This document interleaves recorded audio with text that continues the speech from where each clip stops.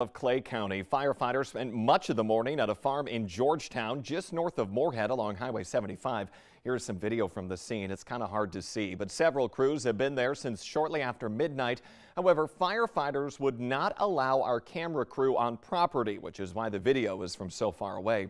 Now, this is in the 1500 block of 190th Avenue Northwest. We are waiting to hear about the cause and/or any injuries, if there are any, and the extent of damage. It is 6:52 right now. Let's get a check of your fast track forecast with Lisa Green. Good morning, Lisa.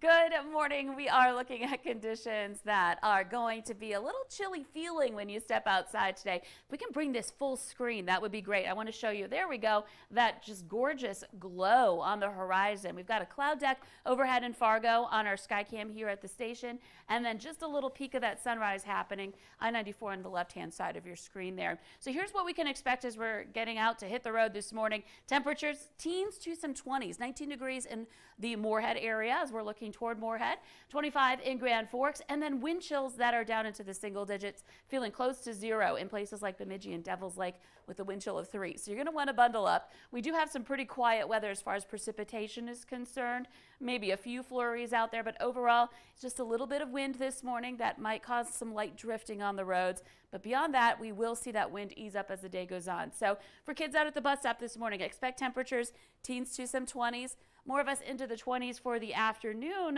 departure from the bus here, but we're looking at not a big warm up going on for today. Wind will remain out of the northwest, and you can see the wind speeds are going to be on the light side, especially heading into the afternoon. More sunshine in the south. Doesn't mean we won't have cloud cover. We just saw that, but we'll be more likely to get some sun in the south, more clouds in the north, and that's where we're looking at that chance for some light snow. Again, we could see a coating, maybe an inch of snow in those areas along and north of Highway 2 into tomorrow morning. Check out these temperatures starting tomorrow, back into some low 30s. That introduces its own issues. If we do see some precip go through on Wednesday and into your Thanksgiving holiday, some of that may be a little bit of a mix going on. So we're going to watch this closely for your first alert weather days, Wednesday and Thursday. Again, I want to stress I'm not looking at a system that's going to shut down travel for the holiday, but something that might have some impacts for you. So check back with us through the rest of the week. Okay, a lot to check up on here, Lisa. Thank you. 6:54 right now. A candlelight vigil is planned in Broadway Square to remember and honor the victims of the Club Q shooting in Colorado Springs. The gathering is happening tomorrow night at 6 o'clock. That shooting happened in Colorado Springs at an LGBTQ+ nightclub on the National Transgender Day of Remembrance. Fargo Dome officials are investigating claims that one of their employees used discriminatory language during a discussion while working Saturday's Bison game. This video here was sent to us by a whistleblower who says a day worker was asked to take off a scarf that he was wearing around his head. Now, according to the whistleblower, the other individual later mentioned that it was worn as part of his Islamic faith. He was still asked to take it off, though. The employee, who is suspected of using the discriminatory language, was asked if the rule would still apply to a woman who is wearing a hijab. She comes here in a rag, she's not working. You have to see the face, you have to see the hair. There's no mask here, no rags here. The Fargo Dome's general manager says the facility has no restrictions on articles of clothing worn pertaining to an individual's faith. He says the video is being forwarded to appropriate Fargo Dome departments and the city of Fargo for further investigation.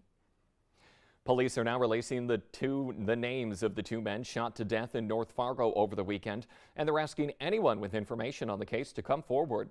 Police are awaiting autopsy results on 27-year-old Kier Davies and 28-year-old Jaquan Gatewood, both of Fargo. Their bodies were found around 3 Saturday morning in the 1000 block of 15th Street North after reports of shots fired. Investigators say the two victims knew each other. He was a loving, caring, ambitious person, a very great dad, for sure. He had a vibe and a personality that was unmatched. That's what I can say. Police are still searching for witnesses to that shooting. If you have any information, call Fargo PD on their tip line, that number up on your screen right now. You can also text Fargo PD using the Text a Tip line that is also on your screen right now. Take a look. Voters in Pingree Buchanan are deciding today whether to approve a $4.5 million bond referendum to make improvements at their elementary building. District officials say it's to fix space and security issues. Now that money would pay for more classrooms, a media center, and security at entrances to the building, plus parking lot improvements. This is the first bond referendum in Pingree Buchanan in 60 years. We have an update to a story we first told you about last week right here on the Valley Today. The Mapleton School District is getting one of the first fully electric school buses in North Dakota.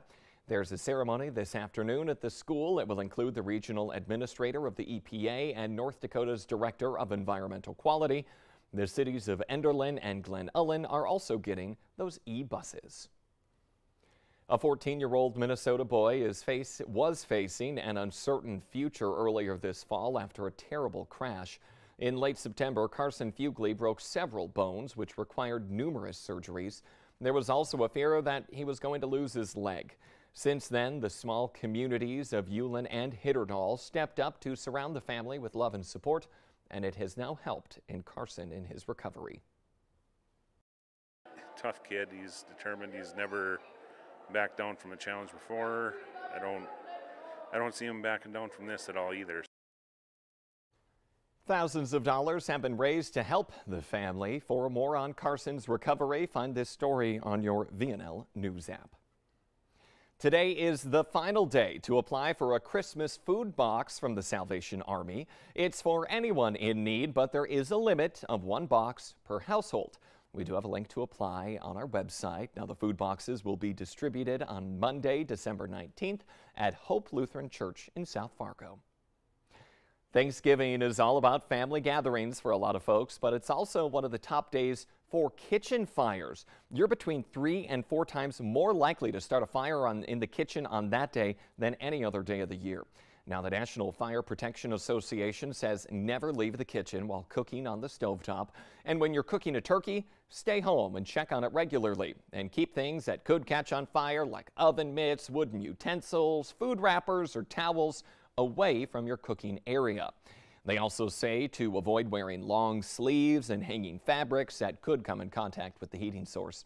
Also, always cook with a lid beside your pan, so if there is a fire, you can put the lid on quickly to snuff out the flames.